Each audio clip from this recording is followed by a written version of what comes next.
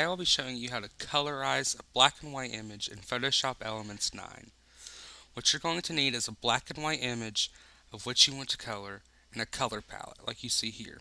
You're going to open both of the files in Photoshop and go and make sure that the image is in sRGB color profile and RGB color mode.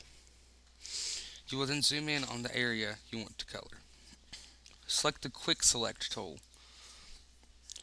Run your mouse over the area you want to color and select.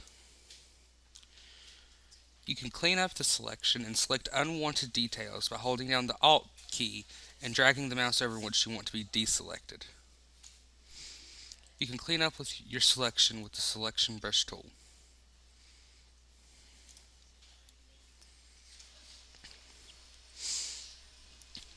Now you're going to select the eyedropper tool and go to the color palette. Select the color that you would like to use for the area you are coloring. Go back to the black and white image. Select a layer, and then click on New Fill Layer and Solid Color. You want to check the box that says Use Previous Layer for Clipping Mask. Click OK. Hit OK because that's the color you've already selected. Under Layers where it says Normal, click on it and make it an overlay. You have now learned how to successfully colorize a black and white image on Photoshop Elements 9.